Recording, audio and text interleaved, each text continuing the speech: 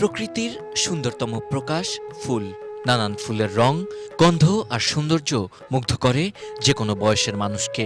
Suhrawardy medical college হাসপাতাল কর্তৃপক্ষ এমনই একটি ব্যতিক্রমী উদ্যোগ নিয়েছে। হাসপাতালের সামনের শোভা বর্ধন ও রোগীর স্বজনদের মানসিক প্রশান্তি দেবে কৃত্রিমভাবে তৈরি করা দৃষ্টিনন্দন এই পার্ক। কদিন আগেও হাসপাতালে 4 একর এই জায়গাটুকু ছিল ময়লার ভাগার।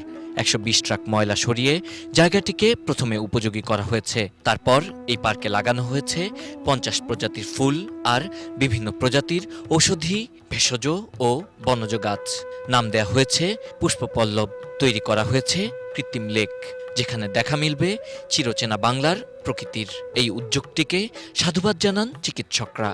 আমাদের যারা এখানে রুগী হিসাবে আসছেন বা রুগীর গার্জিয়ান হিসাবে আসছেন, তাদের জন্য আমি মনে করি যে হাসপাতালের পাশে এরকম একটা মনোরম সৌন্দর্যের জায়গা আসলে খুব প্রয়োজন। রুগী যখন আসে সে খুব অসুস্থ থাকে এবং অসহায় ফিল করে, তখন চারিদিকের চিকিৎসা সেবার পাশাপাশি যে পরিষ্কার পরিচ্ছন্নতা এবং একটা ফুলের সৌন্দর্য, একটা বাগান, হ্যাঁ, সেটা মানুষের মনকে ভালো করে ফেলে। শুধুমাত্র চিকিৎসাতেই রুগী সুস্থ হয় না।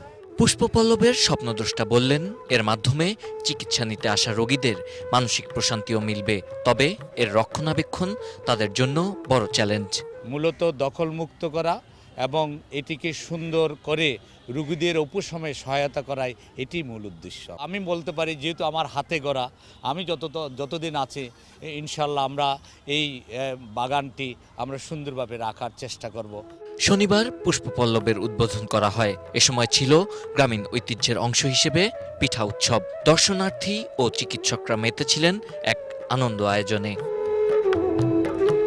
Sabbir Ahmed, ATN news, Dhaka.